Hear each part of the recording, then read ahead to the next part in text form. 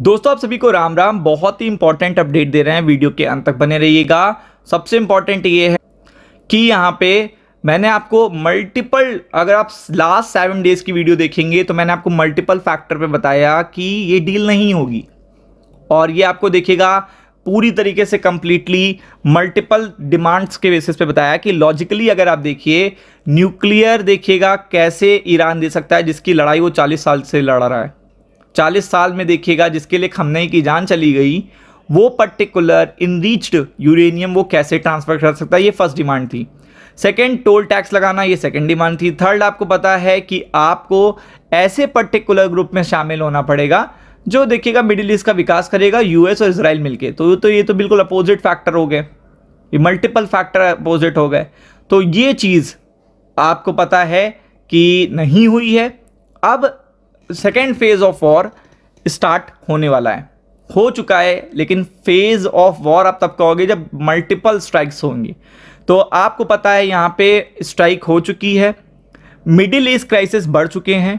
Trump ने warning दी है, he may have to finish his job as US and Iran trade strike. तो आपको पता है यूएस ने एक क्लैरिटी दी थी, या तो डील होगी या तबाही होगी। तो क्लियरिटी ये है आपको, डील तो नहीं हो रही है, आप जान रहे हो। डील तो यहाँ पे देखिएगा पेनफुल हो ही गई है, डील में तो मल्टीपल दिक्कत आ गई है, आप जानते हो। तो अब क्या होगी, फिनिश करेंगे अपनी जॉब, और स्ट्राइक स्टार्ट कर दी है। अब स्ट्राइक अगर स्टार्ट करेंगे तो ईरान भी चुप नहीं बैठेगा और वो चीज़ बढ़ जाएगी। और मैंने आपसे कहा था इजराइल इसमें बड़ा फैक्टर रोल करेगा, क्योंकि इजराइल को वॉर रोकना ही नहीं है। इजराइल की अगर इंटेंशन नहीं पूरी हो रही तो वॉर क्यों रुकेगा।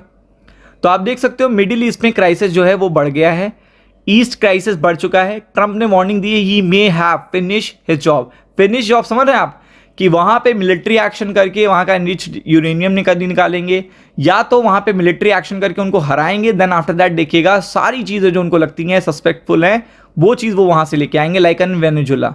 उन्होंने इस चीज़ को मेंशन भी करा अपने स्टेटमेंट में कि वेनेजुला में जैसे देखिएगा हमने अपने इंटेंशन को क्लियर करा, वैसे हम ईरान में भी करेंगे। तो आप समझ सकते हो, ये एक तो पेनफुल कल के लिए अपडेट आ गई।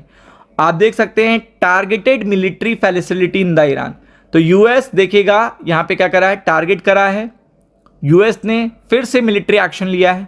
Don't four attack drones, US official said, which prompt as an apparent Iranian retaliatory attack. तो आप देख सकते हो, फिर इसी का रिस्पॉन्स करने के लिए ईरान ने क्या करा है, अपने कुवैत पे हमला कर दिया, और अमेरिकन एयरबेस को उन्होंने ये एक वो दिया कि अमेरिकन एयरबेस पे हमला कर रहे थे। बेसिकली उनका मतलब क्या है कि जितने लोग भी यूएस को सपोर्ट कर रहे हैं, यूएई, कतर, कुवैत, सऊदी अरब, इन सब पे अटैक करना है मुझे। मिडिल ईस्ट के भी देखिएगा, जब मैं बैकफुट पे जा रहा हूं तो मिडिल ईस्ट की इकोनॉमीज को भी मैं बैकफुट पे लाऊंगा, डर का माहौल बनाऊंगा पूरे मिडिल ईस्ट में। तो वो चीज़ आपको देखने को मिल रही है, और अभी तक डील हो रही थी। फिर आगे देखिएगा क्या कहा है ईरान ने डिमांड करी है कि यूएस हमारी फ्रोजन एसेट को रिलीज करे और सैंक्शंस हटाए। तो भाई यूएस क्यों करेगा, क्या आपने बात मान ली? क्या आपने न्यूक्लियर इनरिच्ड यूरेनियम दे दिया? नहीं। क्या आपने यहाँ पे हमारी टोल ना लेने की बात मान ली, स्ट्रेट ऑफ हॉर्मुज़ खोलने पे रेडी हो गए? नहीं। तो वो चीज़ देखिएगा अभी देखने को नहीं मिल रही है। तो इजराइल ने भी अपनी अटैक तेजी से कर दिए हैं, कहाँ पे, साउदर्न लेबनान में। आप देख सकते हो टेंशन बहुत ज़्यादा है इस समय स्ट्रेट ऑफ हॉर्मुज़ में, और बैकफुट पे लाते हुए देखने को मिल रहा है। देखिएगा मल्टीपल, देखिएगा कन्फ्रंटेशन इन्वॉल्विंग यूएस, यानी कि सीज फायर अब बहुत दूर की बात हो गई है। फिर अगर आप देखेंगे ईयू भी एक्टिव हो चुका है।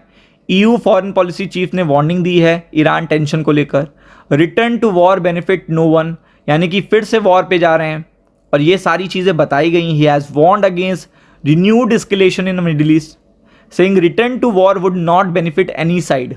तो आप देख सकते हो कि यहाँ पे भी एक्टिविटी तेज हो गई है। ईरान ने फिर क्या कहा, यूएस बेस को रिटेलिएट करा है, स्ट्राइक करी है। आईआरजीसी ने पूरी तरीके से इसकी पुष्टि भी करी है कि उसने टारगेट करा है, यूएस के एयरबेस को करा है, डिस्क्राइब्ड करा है कि अमेरिका ने जो एग्रेशन दिखाया उसका देखिएगा ये अपोजिट रिएक्शन है। तो अब अगर डील किनारे होके ये स्ट्राइक स्टार्ट हो चुकी है, तो इट मीन्स कल आपको उसका इम्पैक्ट देखने को मिलेगा फ्राइडे को।